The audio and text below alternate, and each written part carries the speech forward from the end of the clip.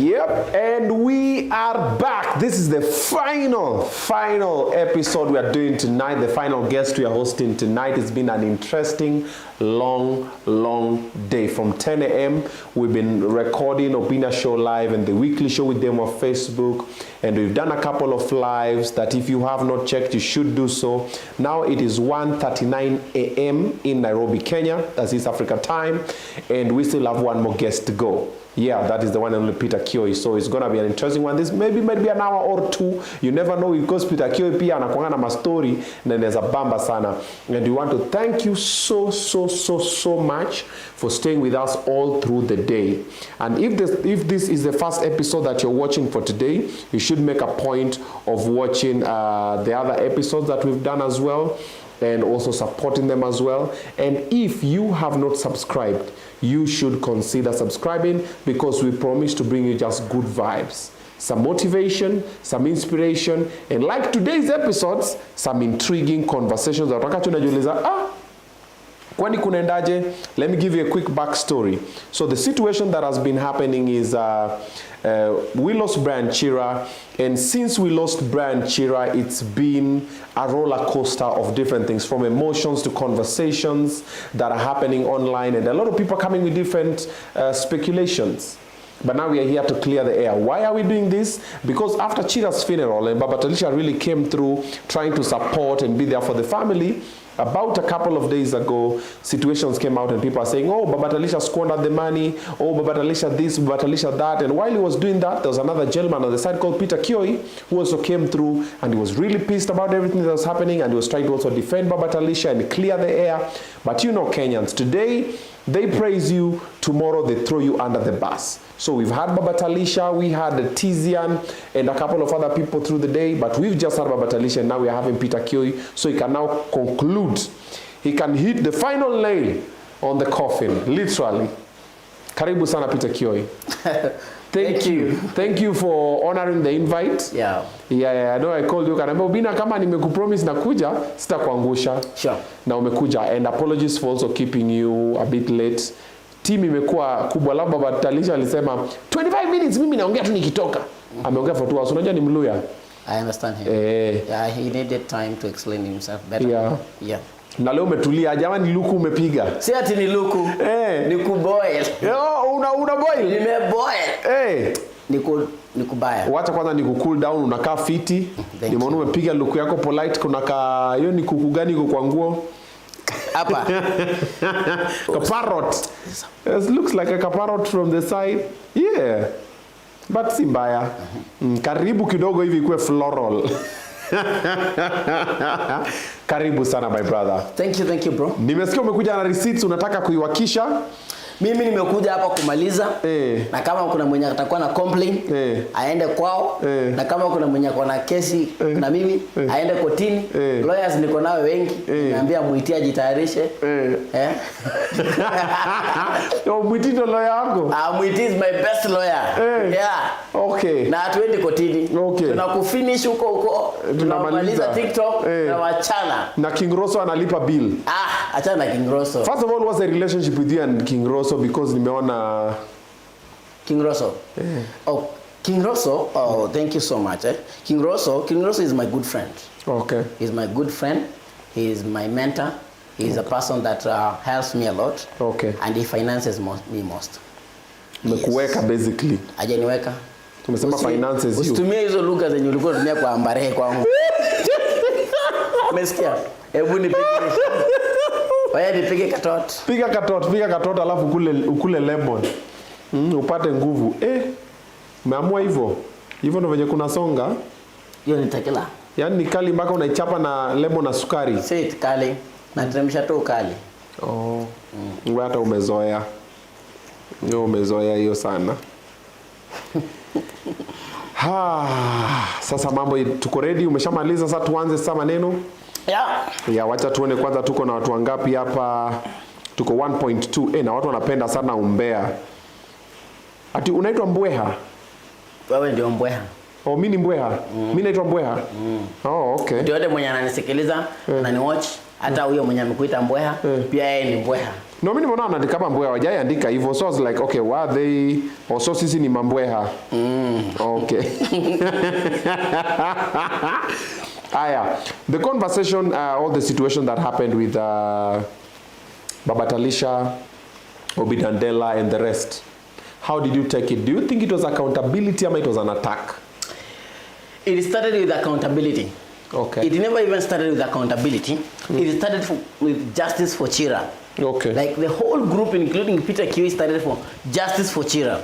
Okay. Then it is streamed to accountability. Okay. Then it is streamed to jealous. Sawa? Okay. From jealousness to bitterness. You know, these are cocktail, eh? Jealous, cocktail of jealous, bitterness, and then there is now umaskini. Poverty. When you mix all these things, it makes a very bad cocktail more than tequila. Okay. Okay. Yeah. So hiyo ndo shift imekuwa inaenda. So sasa tuko hapo kwa tumetoka kwa justice for Chira, tukaingia accountability, tukaingia kwa jealousy, alafu tukatengeneza cocktail. Sasa tuko kwa hiyo cocktail. Hapo ndio tu. Hapo ndo sasa watu wanawalo sasa ndio hapo na maintain. Aya. Tuanze na Obinna. Umeona situation yake na Baba Talisha na Shosho. Meleta Shosho kwa TikTok kwa live. Let me tell you something about Obinna. God is very clever. God is very wise. Yeah. There is a reason why some men are born beautiful and others are born handsome. There is a reason why some men are born beautiful and others are born handsome. Understand? Because my beautiful friend Obinna actually is showing his beauty, displaying it everywhere. You understand? I know few can relate. Eh? Oh wow, Obinna is beautiful. Sure, you can say, you can watch him. He's showing his beauty. Yeah. Okay, Peter, umenipoteza kidogo. Nimesema Obinna is a beautiful man. That's what I said. Okay, is that a compliment or a diss?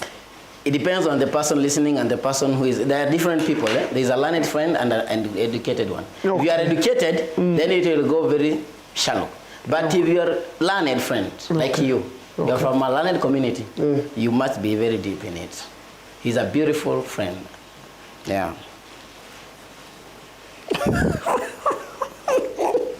Okay, so that's the much you'll say about your beautiful friend. Not about that. That is just the beginning. I'm introducing myself to you about Obinna. Obinna never started this thing today, and I will give with the receipts. First, if you are here, I know you have Obinna's number. Yes. He is not asleep because ladies don't sleep early. Okay. Call him right now. Ask him, did he ever told before on the 22nd of March, did he call Baba Talisha at any point? Ama akaita, si Baba Talisha, aliwahi ita MC Extra akamwambia akona greediness ya pesa. Nani akona greediness ya pesa? MC Extra. On 22nd.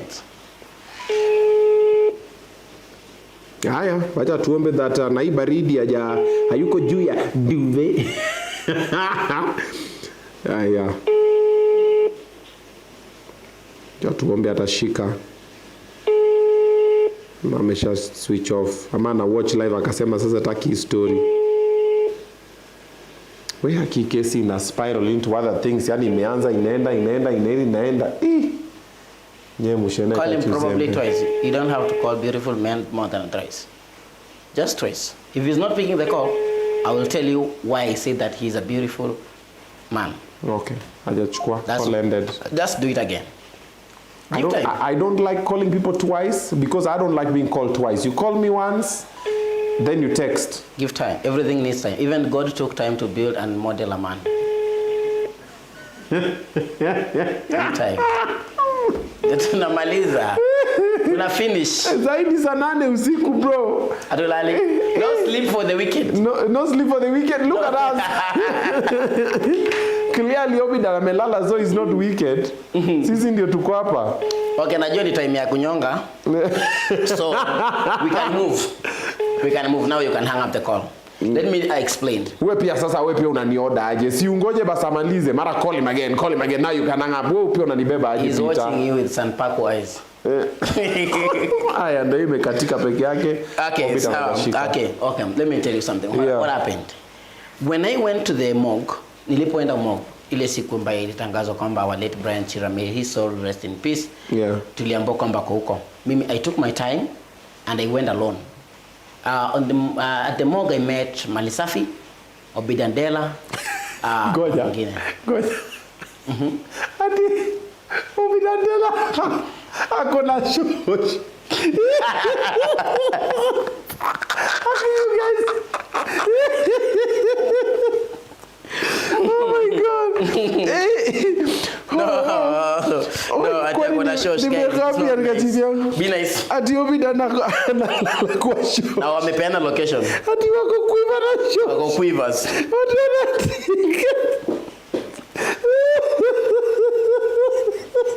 It's enough, bro. It's enough.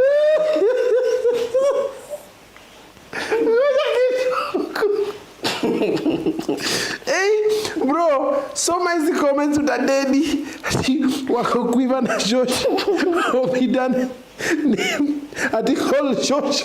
Umwambie patia Obinna zipu.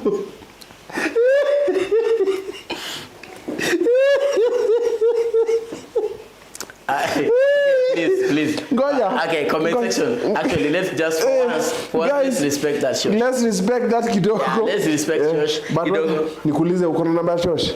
Nani? Wewe. Hata sitaka. Nije niambiwe hivyo. Nije niambiwe vile ni babatanisha. Unajua babatanisha was like, let me tell you. Babatanisha was like, guys, this is shosh. Tuko naye hapa tunaogelea. Guys, tunaogelea. No, sasa si alikuwa yani amepeleka shosh nini? Walikuwa out, ndio. Aliweka shosh kwa maji. Si acha kuniekelea maneno kwa mdomo. Anasema it was like. Na si alisema hapa tuko na shosh, akaonesha watoto, shosh akafurahia hapo Mombasa, akaona raha sana. Kilimramba. Kilimramba my friend. Where stay kurambo hivyo? You guys have made my night. Yeah. You made my morning. It's 2 a.m. So yeah, you made my morning. Guys, it's enough for shosh. Wacha tuendelee na story. Yeah, sure. Aya, so Obinna? Okay, Obinna nilipofika pale, he was littering all over the morgue. Yeye ndiye alikuwa anaambia watu kujeni. Mimi mpaka aliniasha in. The first time kuona Asha kwa morgue. The first time was Obinna. The first time ever. I went only for 4 times kwa morgue. Actually. But all those 4 times, sijawahi kuona mtu ana usher in watu kwa morgue isipokuwa Obinna. He ushered me in. Welcome to Kioi. Tunapita hapa, ako huko, tunafika anatuonesha, anatuacha anaendea group ingine. Actually, if I'm lying, you could ask all those who are there. Oh, wow. We were special guests in the morgue, and I was like, okay, sawa. Na huku watu wamebeba makamera wakubwa design amewapanga huko. Kishangaa kwa nini? What is happening here? Sasa hapa anaitwa Asha Dela. I'm telling you, I'm being honest. For real? Yeah. Alikuwa na Asha tu kwa morgue. Alikuwa na Asha watu in. Mpaka nikasema, he can be the best attendant here. He can be the best worker. Vile najua hananga kazi, hapa City Mortuary could have considered him one. But anyway, sio mimi ndio government, ningemwajiri. Peter Kioi ya huko sawa. Sure, mimi akikuja hivyo kwangu ndaamuka. Akikuja kwa morgue hivyo. Anyway, sasa wacha nikueleze the basics. Okay. Hapo ndio walikuwa nakizana na Babatalisha. Do you know why? Babatalisha was busy like kwa ile mambo ya mwili kushughulikiwa, anaitwa na polisi, anakimbia huko. Yeye dakika 5 ako kwa morgue, dakika 5 ako kwa scene. Guys, hapa ndio Chira aligongewa hapa. Guys, mnaona hapa ndio aligongwa na lami iko empty. Hakuna mabaki, hakuna nini, aoneshe kitu. Guys, hapa ndio aligongwa. Tuko na ule msee wa pikipiki. Akachukua ule bodaboda rider naye akakuwa ndio anaweka hapo sasa. Kila saa anamhoji. Haya, Chira mlifanyana na yeye nini? Haya anamuonesha kamera. For views my friend. Every time asking people online. That was his business. Yani kila saa ni kuonesha tu huyu. Then he was the best person to update us on whatever which was happening, which was not our business to know. Okay. Our business was to be concerned of what killed Chira and what is the process. That was all. But yeye updates mpaka leo anapeananga. Hata hii story imekuja juu ya Obinna. Trust you me. Sasa wacha nikupe evidence. Baba Talisha called him, and I don't want you to expose this to Baba Talisha. Come on, watch him, sawa. Baba Talisha, I got your information here. It is very exclusive. Si unaona vile una play record zako, wacha hata mimi nikuplay zako. Baba Talisha. Wacha nikuplay. Baba Talisha called Obinna to ask him to stop fighting him kwa morgue.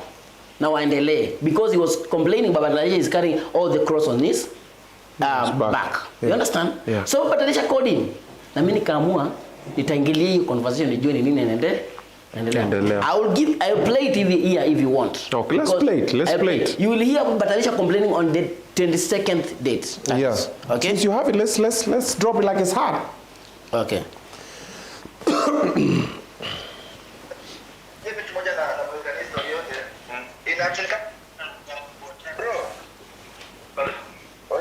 Nimekuwa busy sana ya.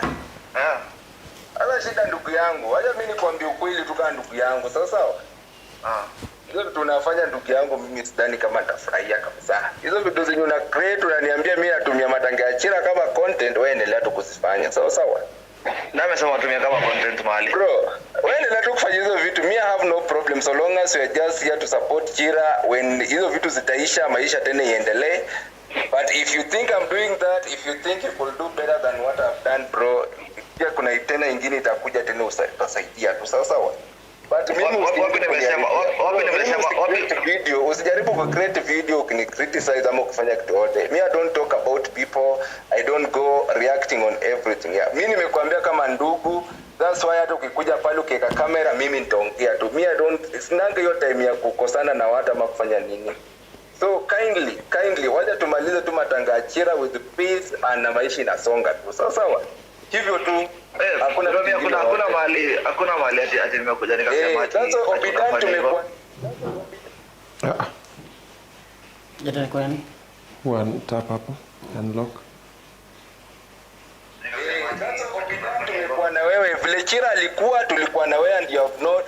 Wewe kwa watu wote unapokuwa unajua vitu nimefanyia brand Chira until right now. Kwa watu wote, at least we had another meeting na wewe kidogo tukaenda pale kwa koti na hizo vitu vingine zote. At least you have an idea about everything. So bro, if you really respect that and everything that we ever did together na wewe na wewe Chira, kindly usijaribu ku make any other video kusuggest otherwise. Sawa sawa? Hakuna video nimesema. Hakuna video nimepost mahali. Kindly. Mimi nimesema tu kindly. Mimi nimekurequest. Sijaipigia mtu simu ama hata kuongea. Sawa sawa? Mimi nimekupigia tu.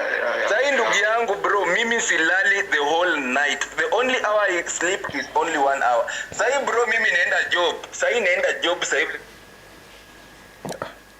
Mimi naenda job sasa hivi tunaongea. Sasa ni Kongong naenda Kiserian bro. Hizo vitu zingine zote ni maamka saa 11 kufanya. Mimi hata mtoto sasa nimechukua kijana wangu wa nyumba mwenye the brother to the late Milka. Ndiye tena sasa sina videographer mwingine atanisaidia job. So I'm just going there for 1 hour. So kindly bro, I've sacrificed everything. Yani nimesacrifice everything just to make sure ako comfortable and everything. Sawa? Kindly protect my name. Kindly for the sake of the family, for the sake of everything. Kindly. Yani mimi nimekurequest.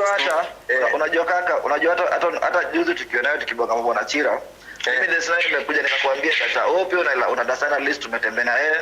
Unajua tulikuwa na mutual friend. Hakuna mali nimeenda nikachukua video ama nifanyie interview niambie watu tubapatie amesema hivi mimi ndo ningekuwa kufanya this. Nimesema tu hivyo, nimekuambia tu hivyo ndio like at least Sawa. So hiyo nyingine pigia MC Extra mjue I guess Extra ameweka ashiki simu zangu ameweka ni kama sana ndio mamka actually zaenda ananipigia. Hapo ndio vile ana sound mtu stop kudangana sound mtu greedy. Unajua mimi I'm not fighting for. Unajua asiati ni mse greedy. Siati ni mse greedy huyo jamaa hapana. MC Extra ni huyo jamaa mwenye hiyo place ya actually grow together na ni. That's why angekuwa mse greedy angekubali tulipie What I was proving was the point when Obinna came in akitaka kuchiwa chip in na akazunguka hapo karibu na Rainbow kila mahali akitafuta mahali ambaye yeye itachukuliwa kwa jina yake ili kama kuna pesa inalipwa ipitie kwake. And MC Exchen fortunately got a place where they were just given for free, you understand, and that one ikamuuma. The only thing I will tell you about Obinna for sure, he has been running with what comes to the internet. Anachukua hii ni kama mtu wa relay. Obinna na mtu mwenye anafanyanga relay has no difference. Yeye anakuja na kenye inaenda. Saa hii hata saa hii Obinna wewe saa hii ni vile story ya creative story yako wanaanza nayo saa hii. He comes with what is trending because he is a content creator. A content creator who is contentless. You understand? Just like Peter Kioi. Content creator who is very contentless because Obinna claims that he is a therapist and the only thing he does ni kuleta wanawake wa watu kwa bed yake kufanyia massage, anapatia wengine mimba na kukataa. Juzi kesi yake ilikuwa online. Nani? Obinna. Oh, mwanamke amekuja na mimba. Amesema huyu ni mimba ya atanasema mimi nimekataa huyo mtoto juu kisogo si ya familia yetu. Familia yetu ilipeana mimba ama ni wewe? You understand? Some things are very you must think, you know. Obinna still needs to feed from his mother. Akule huko kwao nyumbani. Kwa maana he is a boy. You know there's a difference between a boy and a man. A man can stand for himself and feed himself. But Obinna unamwona tu anakaa uji. Hata ukimtishia anarudi kama paka ambaye menyeshewa anaenda ku. Hata ukimwambia toka anaenda kama mbwa koko. That's how it is. Because he doesn't know how to be like a man in town. Hao ni wale wakupigiwa, "Hello baba, unaendeleaje? Umevaa sweta?" Obinna anaweza ulizwa mpaka sasa kama amevaa sweta. Na ni mtu mzima bado anamwona. Anaulizwa na nani? Yeah, sure, na wazazi. Na wazazi, that's the truth. Na hiyo sako ya Obinna inakupeleka kwa biology. Surface area to volume ratio. Big body, small minds. That is the reality. Anybody that is associating with Obinna, wote wako big body but small minds. Next. So umaliza na huyo. Umekanyaga shingo baada napumua. Tukirudi hivi tunamaliza. Okay. Yes. Kumekuwa na situation ya Truth Watchdog na Baba Talisha. Truth Watchdog na Baba Talisha. Truth Watchdog ni mwingine. Ni mwingine Delulu. Ni mwingine huyo. Truth Watchdog ni mwingine. Sasa huyo ndio surface area to volume ratio. Tulianza na Justice for Chira.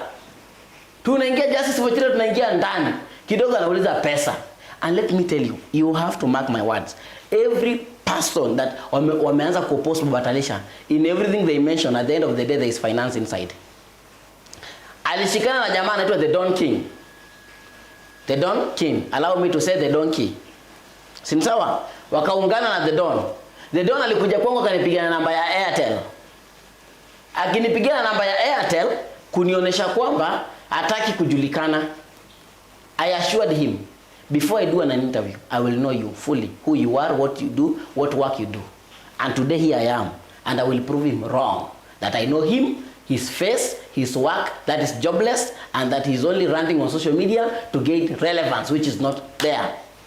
Truth Watchdog invited the people who are just of his class. Now I understand why people, why rich men drive cool cars, because they want silence, they don't want to be disturbed, they don't want traffic issues. I now understand why even this watu wengi wanasema matajiri they wanted to be cremated, because they don't want disturbance to disturb the poor people minds. Understand? Now these big bodied men in social media are acting like kids. Nilikuwa nimejoin to the Watchdog full force to fight for justice for Chira, until the moment akaanza kuingilia Baba Talisha.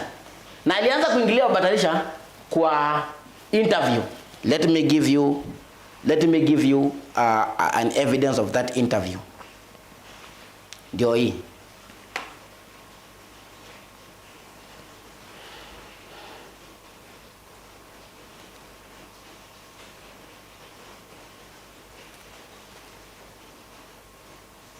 I want to play this interview so that people will understand me better.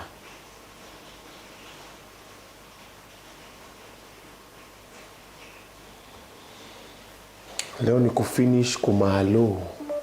Yeah. So we've had Obinna said his side of the story. We've had Baba Talisha with his side of the story. Now we have Peter Kioi with this side of the story. So kila mtu amekuja na story yake. So you'll watch all the interviews. Then when you match them together, you will set and balance and see which side is the true, which side are you believing, which side are you not believing. Because for every story, there's always different understanding. The same way we have people who believe that Christianity is the way, we have people who believe that Islam is the way, we have people that believe Hinduism is the way, we have people that believe atheism is the way, we have people who believe paganism is the way. Yeah, so the message can be the same, but different people will interpret it differently. So let's get the message and let's see. Natafuta receipt hapo, nasema ni interview fulani, si nimekata kufanya. Wait, yeah? Umepata? Yeah. Okay. Acha ni nataka ukitafuta ile kwa sound. Okay. Yeah. Anatafuta receipt hapo of wenye beef ilianza, beef ilianzia wapi, beef ikasonga wapi, beef ikaendaje. You got it? Into fundraising za accidents. Unaona? Yeah. Participate in a good thing. Point of correction to Baba Talisha. Baba Talisha aache kutembea kwa station akisema ati in history of fundraising TikTok, hakuna mtu ashai fundraise kama mwenye nime fundraise. People did not fundraise because of Baba Talisha. People did fundraise for the love and sympathy of Chira. That means hata mimi, a known person to that so-called community, ningekuja niseme Chira amededi na nifanye fundraising kivyangu, bado raise a lot of money. Pause. Unaelewa? Mpaka hapo nipe simu. Let me tell you. Nataka kumjibu mpaka hapo. He said that Baba Talisha participated in tragedies only, like people with accident and problems. Yeah. Let me answer him. Mwenye ana shida achangiwi. Obinna, right now kama una shida tutakuchangia? No. Tukuchangie kwa nini? If you have not bring your problem in public, will we even care about it?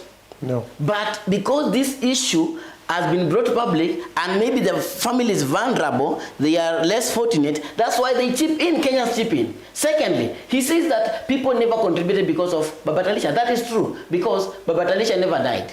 It was Chira, yes? But there could be somebody to be in place ndio aweze kuendelesha. There are people who cannot be trusted to raise 8 million. Like, number 1, Peter Kioi. Number 2, Prince Mwit. Number 3, Truth Watchdog. They can never. Umesema wewe ungepatiwa pesa. Hiyo 8 million ingetoka. Maybe if they could have contributed enough, labda ni casket na kumzika na tent. That's enough. Because there is, even in the bank, there is something we call the credit limit. If your credit limit is low, you get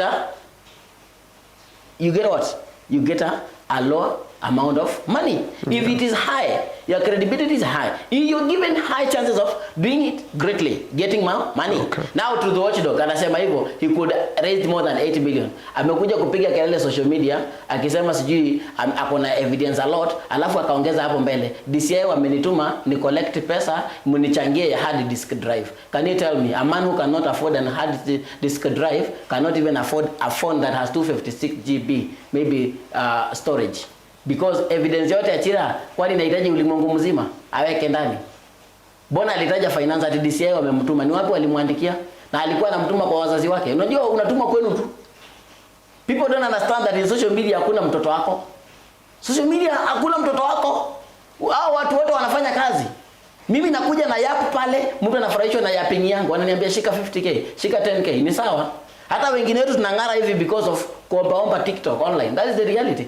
And there are people who are big brands of begging online and who feel special and entitled. But they are just beggars. There is no other name of being called a beggar. You are a beggar, you are a beggar. Whether you are in the streets or on media, you are a beggar, period. Hata Truth Watchdog sahi, anapiga kelele sometimes, anafunga comments, msubscribe. Subscription yake is the lowest in TikTok, 400 shillings. Tell me that man who claims 8 million and only get a subscription of 400 shillings. What is 400 shillings? Niko sure haiwezi nunua kinywaji hapa mahali niko. I'm very sure. At 400 shillings inafanya nini? To subscribe to his channel and he has fewer subscribers. Yes. So 400 inaingilia wapi? See, anafunga comments alafu for you to comment, to be able to comment on his live, unalipa 400 kwa subscription. It's possible. Yes. Wewe sike hebu nyonga comments hapa walipe laptop. Oh, mi hao watu wote 2,400 hapa watu wakicheza na 400. Watchdog came out clean to fight for justice for Chira, but then akaingiwa na akili ya money issue. I believe he has always been eloquent, he has been wise, he has been good until akakuwa intoxicated. That is when he lost focus. He lost focus trying to fight Babatalisha, not knowing that. Let me tell you. Hebu ngoja kwanza, najua sijaanza interview. Ni kamera gani naangalia nisalimia watu? Ndio hapa. Hello ladies from Gulf region. I love you so much. Truth Watchdog asubuhi atengeneza video akisema wamama wanatupenda. Thank you so much for loving us. Mimi si gay. Women should love me. So Babatalisha, kama mnampenda kama wanawake, thank you so much. Kama wewe ni mwanaume unipende, hiyo ni shida yako. Support me in another way. You can support me by bullying me as well, because I am one of them and I don't care about you. So listen, for me to tell people that I love them, those women from Gulf, is because I know the struggles. We are to the world tukana hao wasichana wa Gulf. Na hao wasichana wa Gulf wanaweza mweka kwa hiyo nyumba bila kwenda kwa choo 1 year full. Akikuwa ananunuliwa sabuni, maji ya koga iko hapo, hata ajui kuna msichana kwa Gulf analala kwa kitchen. Na Truth Watchdog na huko na hapa Kenya kwa na Maisonette na ametulia. Na sasa kuna pita Kioi wa kupiga mdomo na Truth Watchdog na hawana ene to show on media. Pure nonsense. Double standards and show off on this TikTok is what is killing people and giving people kiburi. Just having 100,000 followers makes you think that you are a celebrity. I told TikTokers, there is a difference between a TikToker and a celebrity. A celebrity has his own value, has his own means of getting money. Any other person saying tap tap, send roses is a TikToker and a beggar. Clear enough. And I stand to be number 1.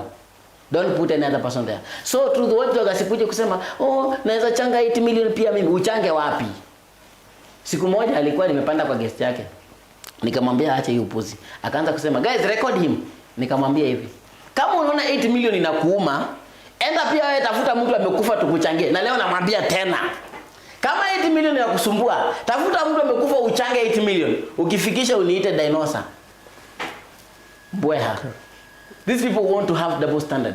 Next question. Because let me tell you, the beef between Babatalisha is not about and to those two. It's not about personal issues. Hakuna mwenye amekula mke wa mwingine, I'm sorry to say so. Hakuna mwenye ameomba mwingine. Na wote they are of both genders. Na sioni kama kuna gay both of them. It is only that Babatalisha did it and not them. So unaona ni wivu. Wivu, umasikini na ujinga. Cocktail. Okay. Yes. Okay. Iko hivyo. Next. Don King has been pulling up with pseudos and everything. Huyo ndio mwingine. Delulu. Shosh was humble, poor and humble. But when Shosh met Don King and Truth Watchdog, Shosh Delulu. Shosh media. Shosh light. Sasa akakutana na mtu mwingine afanyange kazi kama The Don. Juu ako na deep voice. Wanawake wanasema, "Yo, unanyonga na voice yako." Na mtu ametoka kuomba kwa kijiwe. Anaenda kuuliza mke wake tutakula nini? Anakuja na pseudo ndio asionekane ndio asipate never. Let me tell you today, I am going to expose him. Who? Don King? Yes, si alisema ajulikani. Which pseudo? Let me show you him. Kwani amesema handsome boy. Yeah, ajulikani. Ako na deep voice. Yeah, ako na deep voice, yes. Lakini ndio huyu. He was sharp like. This is The Don. Usishike wasiseme ni wewe. This is The Don. Ndio hiyo. This is him. Lera nikusaidie. Yes. That is him. Huyo ndo Don King was sharp everybody. Mwenye anapiga kelele kwa social media. That is him. And then umempata vizuri? Ndio waamini ni yeye, si wanajua sauti yake. Waseme huyu sio yeye akipiga picha. One more please.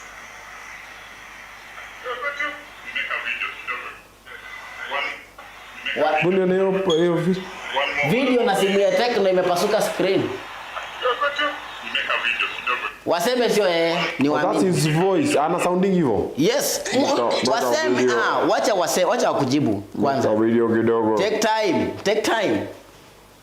I gave only one person to do all that thing. Hati anaitwa Donald Chiluba Otiende. Yes. Kama sio yeye mseme sio yeye. Make a video kidogo. One more. Please. Make a video kidogo. Make a video kidogo. So these are among the people that are stressing you guys online. With the pseudos, and I told the people that these are delulus. These are delulus. People that should not even make you. When I am like, oh babe, come on, you're sweet honey, yeah, pindua, wasikusumbue, wasikustress. This is what should not even wake you up from your dreams. Wewe uko hapo, you are on media, umekula pizza yako, alafu yeye anauliza girlfriend yake, uko na kamia? Usisumbuke. I told you, don't be, usisumbuliwe na mtu mwenye ako na misuli. Huwezi jua, hata mkate inakuanga imenona, lakini ukifinya inaisha. Usisumbuke na watu. But Peter Kioi, let me ask you, umetoa wapi hizi vitu za huyu jamaa? Don't mind about Peter Kioi. I am Peter Kioi, MVP, Baby Shark.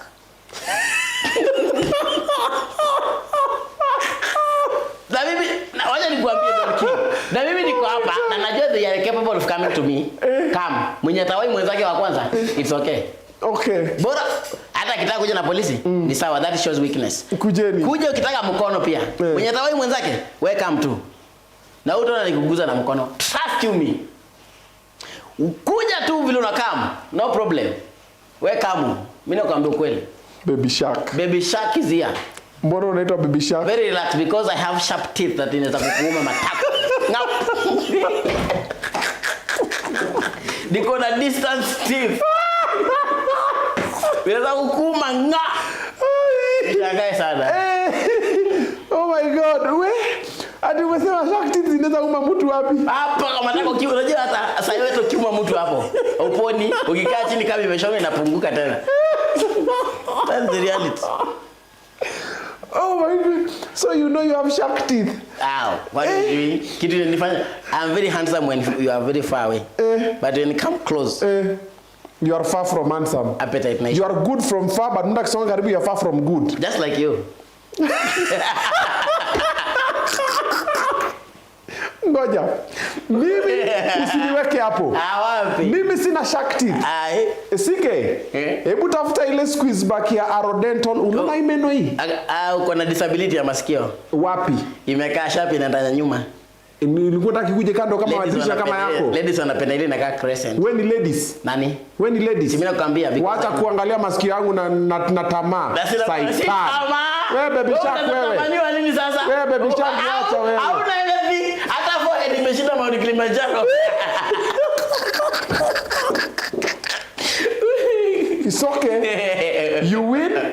Masikio yangu ni mbaya. Forehead yangu imeshinda Mount Kilimanjaro. Wewe ni handsome kuniliko. Nimekubali. Yeah, I'm handsome at distance. Mr. Kivita na Peter Kioi ataniuma. But if you know that uko na Baby Shark teeth na unataka isotiwe, unataka meno imepangwa vizuri nini, unataka braces, ingia pale Arodental. They are my people. They've actually not paid for this mention that I'm giving them because I went to them when I had some meno yangu karibu ikuwe huku nyuma zile mauchafu, so akanioshia meno vizuri nini, and then wakaniwekea ma fillers, okay? But this teeth for mine is natural, nilizaliwa nayo. So Arodental wako pale town, just pass by, tell them Obinna sent you. Watakutengeneza vizuri, usitwe Baby Shark ama Mami Shark ama mbweha. Baby Shark, Baby Shark, Baby Shark, yeah. Aki wanaume wanaimba Baby Shark saa 8:30 asubuhi. Aki ni mambo gani? Tuendelee na Mushene. People's husbands. When don't people's husbands. Mimi niko kwa soko, mimi nangoja mbare. Wewe unataka mbare? Nangoja. Sitaki nangoja. That's how you'll marry and your wife will be waited. And what's the problem with that? No problem because I know you. Okay. That's nice. Good. So unafanyaje na Debunking? Umemalizaje na huyo Debunking? Debunking nimemwambia atafute kazi number 1. Si kazi ni nyinyi. Gani? Kazi ni nyinyi sudo hapa tu, kazi ni hapa sudo. Aliyesumbuliwa na mtu mwenye anavaa t-shirt ya sengenge ni ng'ombe. Hiyo t-shirt uone kama ni Airtel ya kulidi. Ya kuzungusha line za Airtel. laini ni 100 na kupatia free. Aenda fanya kazi hata akitaka kazi naweza mpatia kazi nyingine. Okay. Kazi kama gani? Naweza mpatia kama kazi ya kwenda kwa Truth Watchdog na hata kuandika hizo delulus chini. Okay. Hizo makaratasi wanakuja kudanganya nayo online. Sawa? Unajua hiyo tayari yako nayo. Alafu kitu kingine, Truth Watchdog aache kuambia watu ati anaenda kunichamba kuniambia huyo Peter Kioi ni mwizi. Nikuulize Obinna. Si nilikuwa kwa show yako nikikwambia mimi nimeparticipate kwa wizi? Ama sikuwa? You did. And what else can you call me? Ulisema we ni conman. Nilisema kila kitu. Umeibia watu. Na siko proud lakini hakuna kitu anazafanya about it. I'm not proud but they can never do anything about it. Okay. Right? And I am loved. By the way, I'm loved. And if they want to know that I'm Gulf. Nani? Mr. Kambu nipende wewe ni mbaba. Me, I'm not gay. Haujanielewa. Nimesema umependwa na wamama wa Gulf. Mbona mimi nikupende? If somebody ananiambia wewe ni mtu wa wamama, as much as mama yake ako na pesa na ameniweka, atulia atakuwa mtoto wangu. Okay. Yeah. Okay. Next.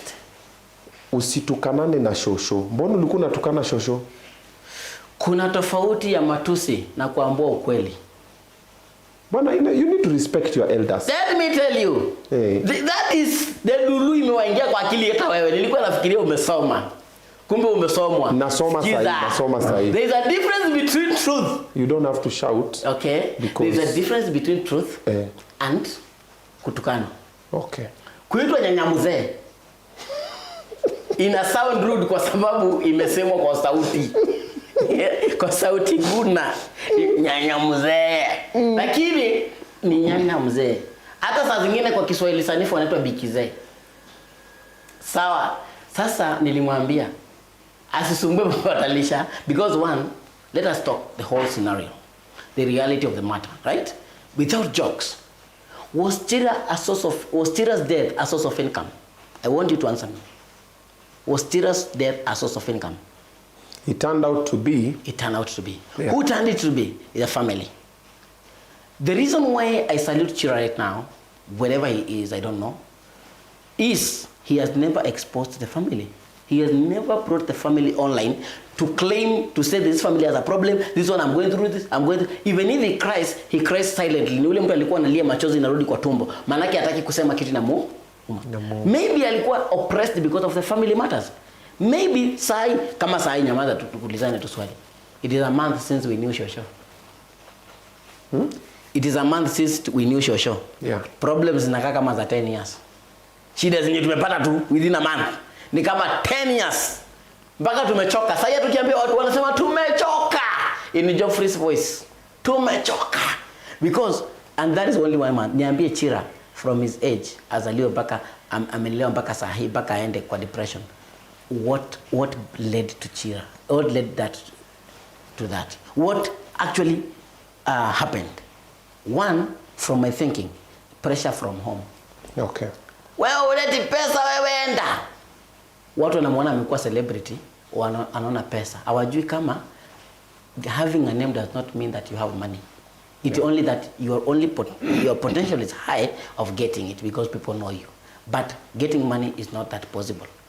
Chira may have been suffering problems za nyumbani kuliko za online. Maybe some of us will not even understand because he never spoke out. But look at it, it is a month down the line. Everything about Chira's family is out. But Chira, all along that we have been with him, nothing was exposed. Chira, Shosho ya Chira kucomplain was a 20 bob. Tangari, alisema alinunuliwa tangari. Let me tell you. Kitu ya kupewa, hata Waswahili walisema mbuzi ya kupewa uangalie kama iko na meno. Right? Waswahili ni walisema mbuzi ya kupewa hata uangalie kama iko na meno. You should think twice before talking about it. If you talk about money and it is about a blood which has been lost, it is something to do with commercializing your own person. Saa hii wewe ukikufa ni ndugu yangu.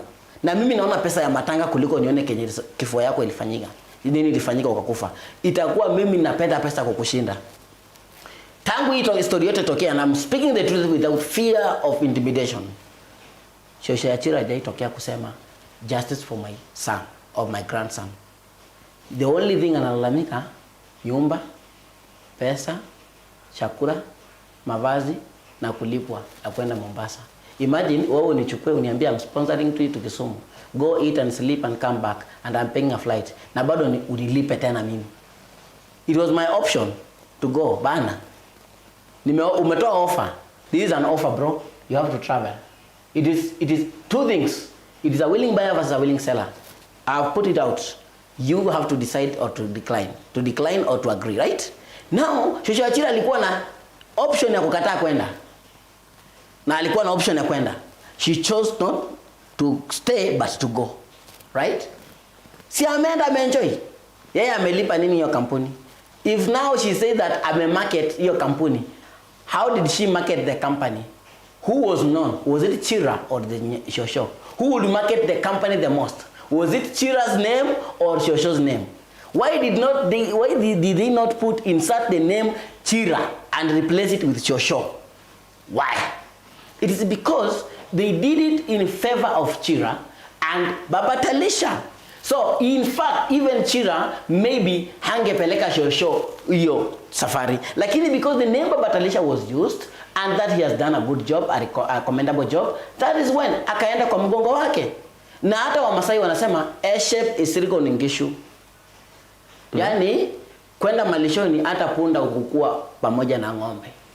So tuseme hapo kulikuwa na punda na ng'ombe. Kuna mmoja alienda kwa sababu ya mwingi? Ndiyo. Na sijasema ni nani.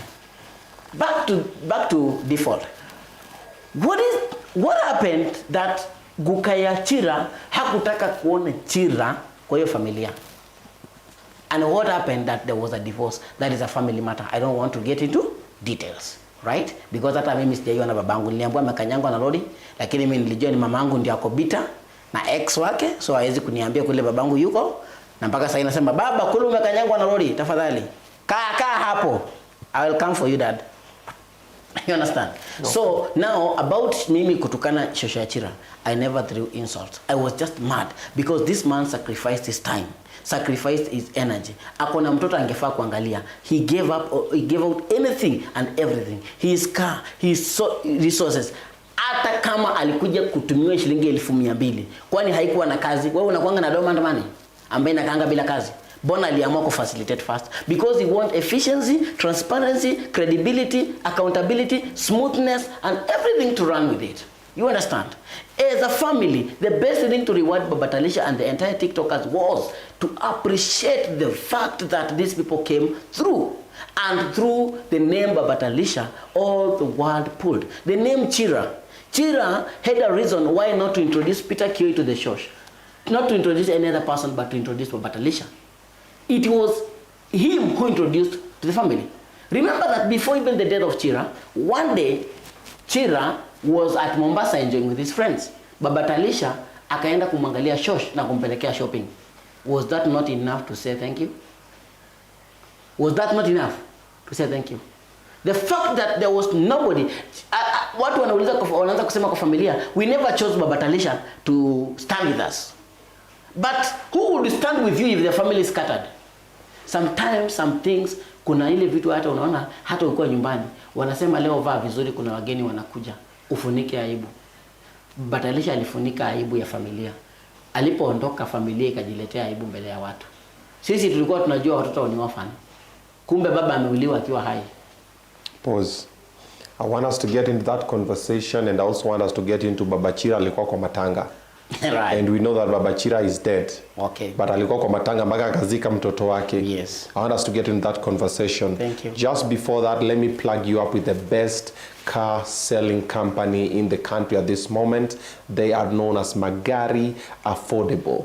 You want an affordable machine, you want to locomote from point A to point B in style, and you want to pay it comfortably. Talk to Magari Affordable. They'll be able to hook you up and advise you on which car is best suited for the kind of business you're trying to handle, okay? Usikazane sometimes labda hauna ile pesa yote, unataka kimbia, wacha nichukue pesa nilipe yote nibaki na stress nini. Pole pole.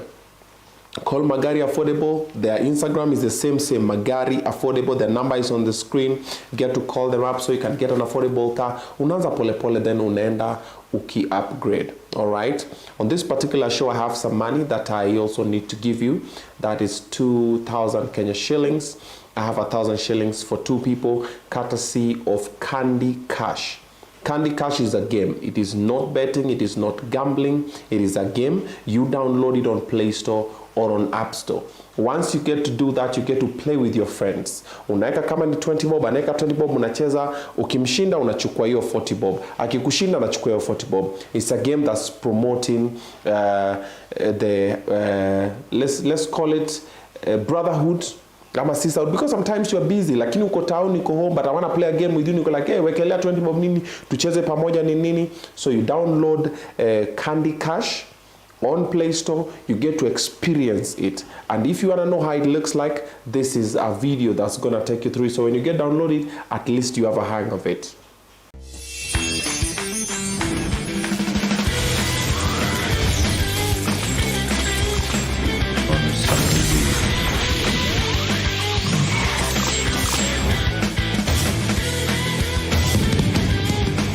Ready, go. Extra move.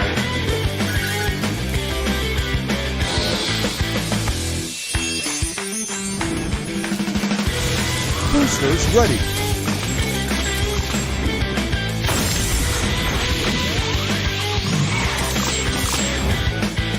Tiebreaker. Rumble. Now you can play online against players from all over the world.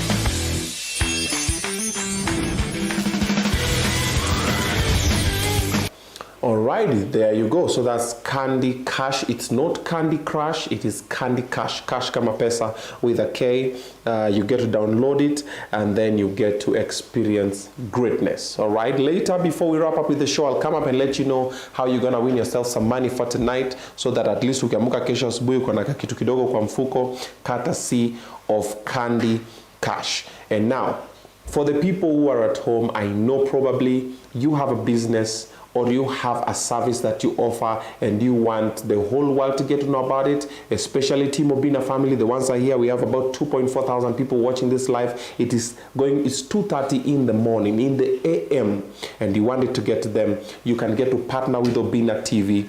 That's tvobinna@gmail.com. Just send us over there and we'll have a conversation and see the best suited way that we can get your brand to the amazing family that we have here, so that tujengane. Tunakujenga, unatujenga, na najenga wengine. You have something that can help solve solutions, can provide solutions to situations that we are going through, or people at large. Let us hear about it. Let us sit down on a round table. Let us come up with something that now the people can sit down and get to benefit. Kama ni chai, unajua wewe majani chai yako ndio ni. Kama ni sukari, unajua sukari yako ndio ni. Kama ni maji yako ndio ni. Let's talk about it and let's find a way to partner together on Obinna TV so that it can bring a difference to the society at large. Peter Kioi. Yes. Baba ya Brian Chira alikuwa kwa matanga, but we knew that Brian Chira is an orphan. Iano tuliambiwa ako sponsored. The father pulled up on Baba Talisha's live akasema, hey, Mindo Sponyo, your take on all this? One, Obinna, I will tell you for sure that every family has their own issues. Okay. Your family, his family, my family has their own issues. True. We also have our dark past and our dark moments right now that we will not want anybody to bring them in public. Okay. So for me, to that family, I will not want to dig so much into it, because Baba Chira being alive and being silent all along when Chira was being pronounced that he is an orphan had a reason. Baba Chira was not a fool, and that hata kama hakuingia media alijua kuna mtoto wake ana trend na kwamba anaitwa orphan. So he chose himself to be an orphan when he was alive. So if Baba Chira would come when Chira was alive to confirm that he is my son and I take all the responsibility up, I'll do what?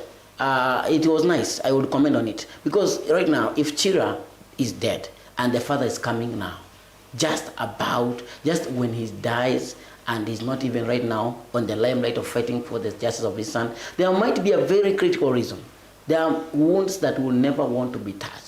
Maybe the father went through something and that, wacha nikwambie, kuna sahi watoto ambao wanaambiwa baba yao amekufa na hajakufa. Sawa? Na mimi I know I'm a father and I would not want my kids wasikie nimewaambia mama yenu amekufa kama ni mimi ningekuwa naishi na wao. Even a single mother pale nje. Najua kuna toxic men. I know men are very toxic. To be honest, acha tukubaliane. Men are very toxic and very nonsense nowadays. Starting with you and me. Maybe you are good, but men have really turned to be something else. So, trust you me that a lot of single mothers raise their kids to tell them their father is dead because even in their presence, they do nothing. They contribute nothing. From the time wanabeba mimba wanaanza kukataa watoto. Kama Obinna. Sasa mtu kama Obinna anategemea huyo mama akizaa ambie mtoto wake babaka ako hai ndio amsaidie na nini? Kama hakumsaidia ikiwa hajakuwa formed kwa tumbo ni kuendelea tu kuwa formed ni kuzaliwa, anakuja kukusaidia ni iko hai. There are things that goes through a woman to tell a kid that your father is dead. And then there is that woman who will tell that your dad is alive. It depends on how you treat your woman and kids. So, na kuna ule mwenye ataadopt watoto atakuja apate watoto na mama yao na watoto wamkubali akue baba. Siku zote baba wa kulea ndio baba. Baba wa kuzaa anaweza zaa yeyote. So, for me mambo ya baba Chira na kuwa kwa matanga na kuonekana kwa pictures sahi, it really has nothing to do with me because he's not in social media. I do not want to talk about him because I don't know the background of the story. And until we get the background, it will be nice. About Iyano, kwanza nataka kuambia familia ya Iyano na baba yake Iyano that the kid will get lost in this social media. We have welcomed Iyano into a very toxic world. Social media, especially TikTok, is the most toxic app in this Kenya. And not the app which is toxic. People like Peter Kioi are toxic. You will interact with me, utabeba tabia zangu, ubebe vitu zi. Watu wanakutana huku ndani na kuwa into something else. Na huyo mtoto sahi does not have somebody to govern them. Sahi akiona lion, akiona pesa, asha review, asha ingia kitu kingine afikiria about future. I would want the family to sit down with the kid, mueleze because siku hizi hawapigwi, mueleze kwamba huyu wewe hapa utafika tu utaingia, hakuna kitu inakimbia, kila kitu inakuwa sawa. I understand that hata ukiona mbwevo kwa teenager haungesikia, but kuna vitu enye unafaa kuambia mtoto wako for preparation. Nowadays prepare your kids with the year, so that they come growing. It is very sad that siji kama uliona mtoto alikuwa anatembea kwa jeneza ya babake.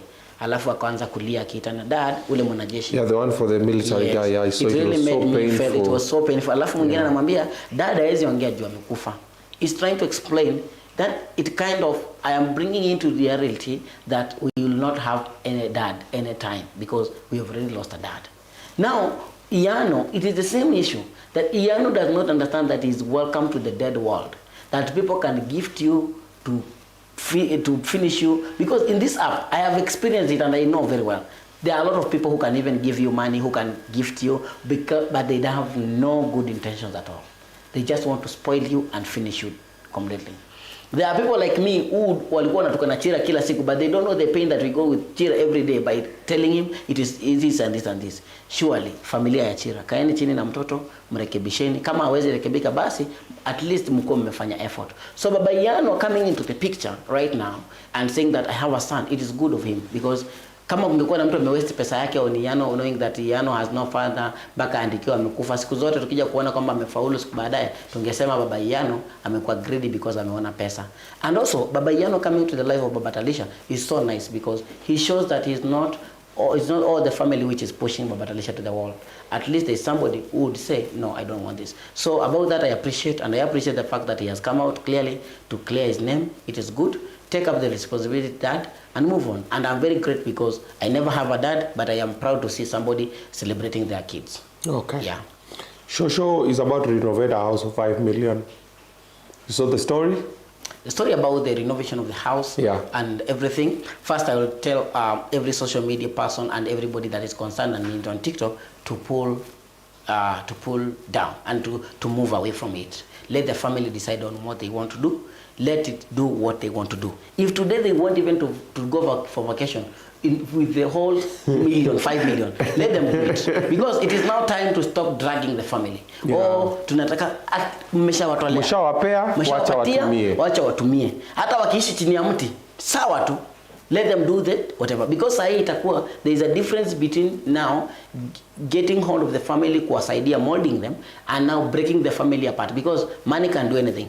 Sahi, hiyo familia inaweza vunjika na isemekane ni pesa ya TikTok. True. Hiyo familia watu wanaweza uana na isemekane ni TikTok. hiyo familia pesa inasapotea isemekana in TikTok. That's so true. I think it is well that if the social wants to buy a house or renovate with the 5 million, let her do her wish. Ajibambe. Yes. I saw when you spoke, there are some statements though that you told Shosh that were true. Yes. Yeah, but also the other side, people kuna come. You brought the hammer down somehow. You were like, hey, wait. I was like, hey, Peter, come down. Yeah. Yeah. However, there's a story that the grave for Chira is sinking. Grave of Chiro is singing. I saw it on social media. Yeah. I felt so much pain by it. And kuna watu wameleta speculations tofauti. Kuna watu wamesema ni mila, kuna wengine wamesema ni mfua. But mimi na stand kusema sometimes nature do happen. Things happen. Yeah. Na culture pia iko na mambo yake. And on that note, I would actually, you Obinna, you have to apologize. Actually, I am begging you to apologize to Kikuyu culture, because there is a time I was watching you live today, yesterday, or when Obinna was here, and you said that when these people were carrying bangles, ukauliza if kama watu uzeeka, wajinga pia uzeeka. It was No, but wajinga pia uzeeka, that's a true statement. But sometimes people will take it negatively. No. Yeah. What I say is up to me. How you understand is up to you. Me saying even fools get old is a reality. Okay. Is the truth of the matter, Yes. which is true. Yeah. Because the conversation, let me set it into context. Yeah. The conversation was simple. Yeah. There are some people who are carrying banners saying stop LGBTQ. Sure. And they appear to be elders, and they said that they were cleansing something. Right. I asked Obinna, are you sure they were elders? Some of them were just some random people, because also fools grow old. Sure. That was a statement. Okay. I did not call Kikuyu elders fools. I can never do that. Thank you. Why would I even do that? Thank you. Yeah. Now you're clarifying it. Yeah. I don't even have issue with the Kikuyu guys or Kikuyu elders. And I even ask people on the level, I'm like, please let us know, does this happen in the Kikuyu culture when someone is dead, they come to cleanse? And we had a long list reading comments, people saying this happened. So don't say I say no. Now according to me and according to somebody else, maybe they have taken it in a wrong way, I stand to be corrected, and thank you so much for clarifying it. So we move now. According to me naona kama Shosh sahi angedeal na hiyo grave. But personally, as Peter Kioi, I will not call upon any other person kama kuna mtu atanijoin. I will go visit the grave itself, because it's a grave of my friend. So I will be there, I will sit, but the wish I have is for the family to cement that grave na wifi. Kama kuna kitu ambayo ingefaa kufanywa, wafanye tu, iacho kwa amani. Okay. Yes. All right. Nyako also requested for accountability. You saw that? Nyako, my favorite person. Yeah. Nyako, one thing you should understand is that Nyako is my friend. Okay. And I will never let Nyako to be trolled too much. Okay. She has been dragged into this. Okay. It is right for her to ask for accountability. And also it is not right for her to ask for accountability. Since the question stands, she has been doing fundraisers. And nobody has always been pushing her to the wall, especially this moment. But we have been seeing what she does. What I can say about Nyako, she's running a very good cause. People don't understand that she's doing a very good cause. And feeding the street kids is also important. Pause a bit.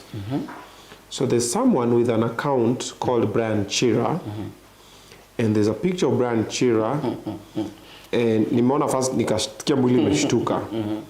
Amecomment hapa, munijenge nyumba na nyeshewa. So this is a grown-ass man or woman who has decided to take time to create a pseudo account with a dead person. Come on a live that 2.4 thousand people are watching at around 3 a.m. in the morning, and start acting like the late. And he or she feels okay. And they don't feel there's something that is off. Hebu tingiza kichwa kidogo, unasikia kuna kamaji kana, and you feel there is nothing. You know, let me tell you something. Okay. There's something that you have said earlier on, and I will use the same statements. Fools grow old. Thank you. So, we move. So, next, please, kindly, before interruptions that came in and... There's some jokes that it's fine. I'm sorry about it. No, sometimes I worry. I'm not even pissed. I worry about other people. I'm like, guys are going through so, like a grown, it's the same way when normally, like, for example, I don't like you. I take my time, I create a pseudo account so I can come to your page to insult you. Instead of just using my page and just telling you, yo, listen, A, B, C, D. But now because I don't have that confidence, I'm opening 5, 6 other pseudos just to go and, come on, man. We can do better than that, man. What is happening to humanity, bro? Anyway, let's move into other things. Let's talk about JB and Pesh. What's happening on that side? JB and Pesh? Yes. Which camera should I use? This camera. This one? Yeah. I want to tell JB and Pesh that they are the full-grown ass women who don't use brains. Oh, wow. Who don't use brains, who just sat down, decided that they are idlers, decided that the course that they went to do where they are does not really perfect match them, decided that when other women are focusing on building mansions, celebrating what they do from foreign countries, giving back to the community in Kenya, whatever, they decided to do nonsense. The other day they arrested Malisafi and then they said that it will take only a weekend to come for me. I would kindly ask them if they believe that they are women plus. Do not even send police. Just book a jet tonight, come for Peter one-on-one. Let's see the end game. They have been traumatizing Nyako for the past almost a year or two, asking her questions which are very irrelevant, like questions of accountability. How can a woman who cannot even comb hair ask you for accountability? A woman who cannot dress up ask you for accountability? A woman who makes noise and shouts, even the kid tells her, Mom, you are shouting, ask you for accountability. Somebody to sit down only to wait to be spoon-fed by a husband who doesn't know the termination of the contract. Ask you for accountability. You are asking somebody who is feeding on her own, and if not feeding on her own, she's getting well wishes sent by God, yes. You are asking somebody who gives back to the community. You are asking for somebody that you really saw her being what do you call, fired from work and now doing a charity work plus everything. I agree, I stand to agree that sometimes Nyako is not perfect, but there's a difference between accountability and bullying. Even the other day, they pulled out videos to bring her nudity online.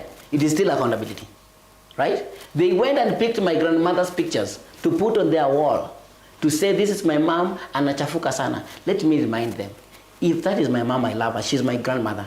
If she's dirty, if she's uneducated, if she's uncouth, if she's whatever, she stands to be my part and parcel of my life. And I love her the way she is.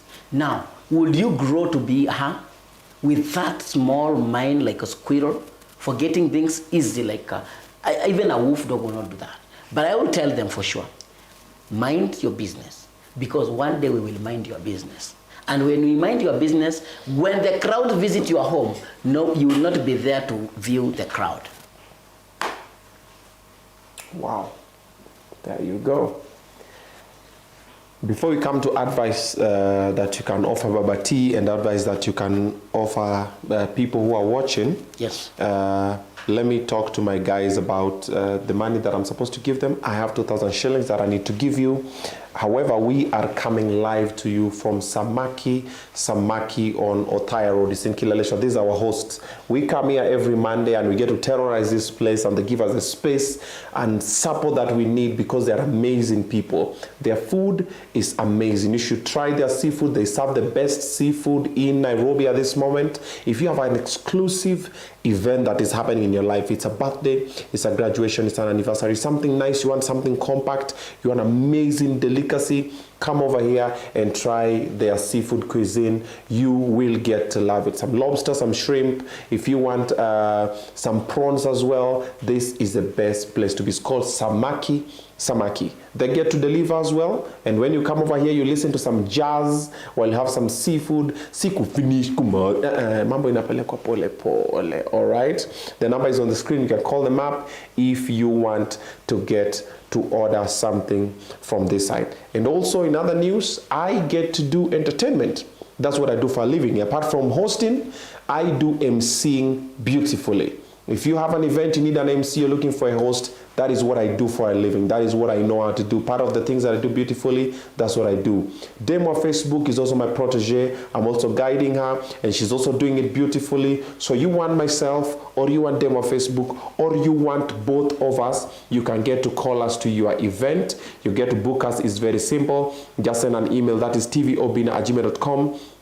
You get to send it over there, send an email of I have this event, I'm looking for a PA system, I'm looking for videography or photography, I'm looking for a DJ, or I'm looking for an MC or a dancer or a hype man, or I'm looking for an influencer or a brand ambassador. We'll get to hook you that with that one. Just get to book me up. The email is on the screen, tvobinna@gmail.com. Whether it's a corporate event, it's a private event, it's a product launch, it's graduation, it's etc. All of those, I get to do them beautifully, and I can also get to make an event memorable.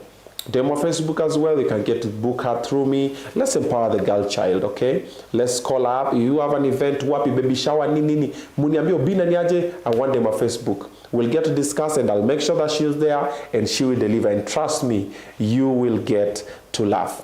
If you have downloaded the Candy Cash app on Play Store, this is the time that I get to give you 1,000 shillings for 2 people.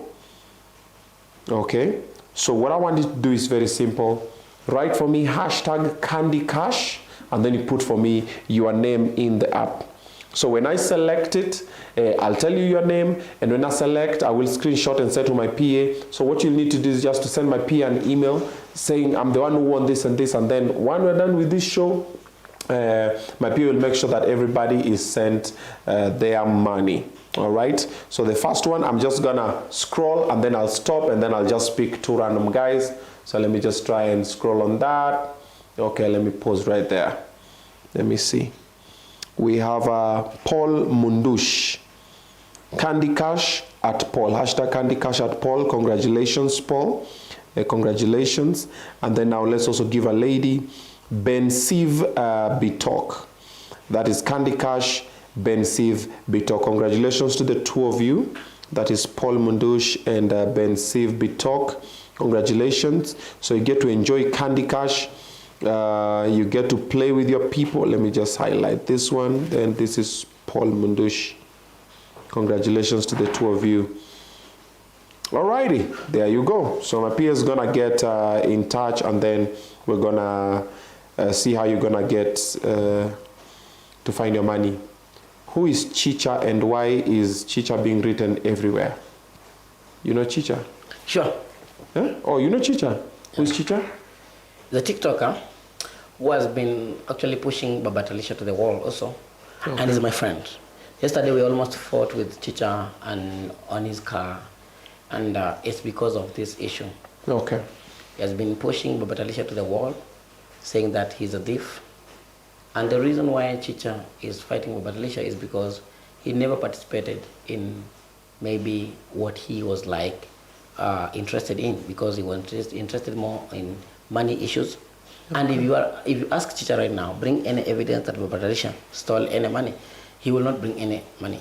But one thing I'll tell Chicha to keep on concentrating on his dare games, to dress well, dare us, and play dares games, and focus on his own life, because if I talk about Chicha, I'll be giving him more limelight. Chicha, I want to tell him, Chicha, Truth Watchdog, Don, Obidandela, and any other person out there, I will tell them that they can use the name Baba Talisha or Peter Kioi and get food on the table. Okay. But we cannot use their name to feed on it. That is the big difference. If right now I come here, you know you don't know Chicha, but if anybody would walk here, walk in, you ask me about Chicha. Do you know Chicha? No. That's good. Do you know Peter Kioi? Yeah. Do you know Baba Talisha? Yeah. That's good. Do you know the Don? No. Thank you. That's the difference. That he can go to a club, eat, drink, and then say the bills are on Peter Kioi, and countrywide, I will just be called, because number is on the bio. I'll just be told, here's your bill. It's good. But when I go to a hotel, I will not feed on the name Chicha or Truth Watchdog. Okay. Yeah. Advice on final words on Baba T. Baba Talisha, what I will tell Baba Talisha that first and foremost, thank you so much, Baba Talisha, for really standing your ground to help the family. You have stepped up you did a very good cause, Baba Talisha. You have really covered the family very well. Blessings to you, bro. Even at the times of insults, you have not insulted the family still. You came online to clarify whatever it is. I will tell Baba Talisha, one thing he should not mess up. He should not pull out a victim card or a sympathy card. Okay. Let him remain to be who he is. Let him remain strong. There are people who will believe him. There are people who will never believe him. There are people who do not like you. So even if you do anything right, it will always be wrong on their eyes. So what I can tell them is, what I can tell Baba Talisha is, Baba Talisha, keep strong. There are people who love you, like Peter Kioi. People say that Baba Talisha paid me and pays me. Aliwalipa mkaza kumtetea. In social media, if anybody wants to give me a gig because I'm jobless, let them come, give me job, I will do it. But I will not be a gun for hire for anybody, because nobody can afford me if that is so. Because my jokes are expensive and my insults are so much expensive as well. So I don't want that. And if that is so, let anybody be paid as well to do the work. That means that I was the best to do it. You know, there are people who are paid to do work, right? And you choose the best. So if that is what you're thinking, I don't give a fuck about it. So anybody can just take it to the bank. I will tell one thing about Batalisha. Cooperate with others, work well, and still carry on well. There's also my good friend that I want to advise, a very good friend of mine. Prince Mwiti is a very good friend of mine. Okay. And funny enough is that we block each other on social media, but we meet on ground to drink and eat and go. He's a very good friend, an intelligent man, and he's nice. Let people not drag his name, because at first we were quarreling, or people said, I said Mwiti killed Chira. No. It was just that I told him to stop dragging people's name, but he never did anything. I want to clarify it here that we are very good in terms, and I will tell the people that sometimes media is like politics. Don't take everything to heart, but for this, we had to. So, advice to people? Advice to people, anybody that is watching out there? Yeah. People that are watching, you know you are loved, and you love us. Do not take everything too personal. Like right now we can fight, tomorrow we can make solutions. And I know everything has a solution. There's nothing that has no solution. If death has a solution, that you are buried, nothing that has no solution. And there are people who are struggling, like single mothers. There are people who are struggling with life. Take up everything positively. Just know that God is going to restore back your life to normal. And if there is somebody that is affected by this blood, just know that God is going to restore your life. And for me, Peter Kioi, I will use my platform on TikTok to actually sometimes offer some help through others. Others should come in, chip in. We help Kenyans together. Let us pull up together, stand together. If I'm wrong, correct me in a way like a brother. If you are wrong, I'll correct you in a way like a brother or a sister. But if you come close, I'll correct you like a mbweha, and that's how it is. So I love you all, and greetings to Senje. Senje from yesterday, she made a video and said that I should go for Mzinga. She sent me 5,000. There's a girl called Miss Mwiti 411. Today she sent me 10,000 for breakfast, and she has been actually bullying me. But I really took her positively like a sister, and I love her. And one thing I would want to do, I would want to pray for ladies in Gulf, so that their testimony will change when they come back home. That is it. And my mom home, Mary Nekanai Kioi, I love you so much. And my sister, do you know my sister is on media but nobody knows her? Let it remain that way. Thank you. Because I'm sure she's the opposite of you. I am not single, guys. Thank you. Okay. Thank you so much for the support you guys have been showing us. And also let me also just throw a major shout out to the ladies in the Gulf. We really appreciate the support you guys are giving the show, and also giving my brand as well, and giving them on Facebook, and we are very grateful.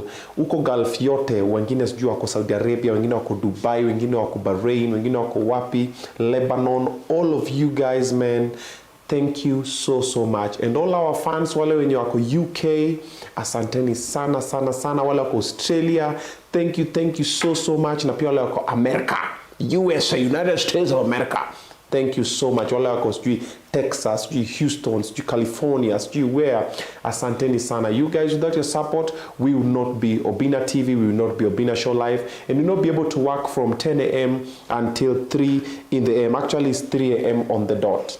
Yeah, he's just getting in. It's actually 1 minute past 3 a.m.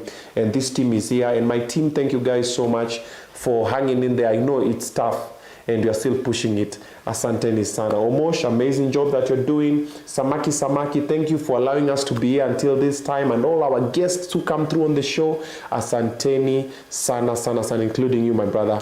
Asante sana. Tell them that if they have any work and what they want to do, they can include me in.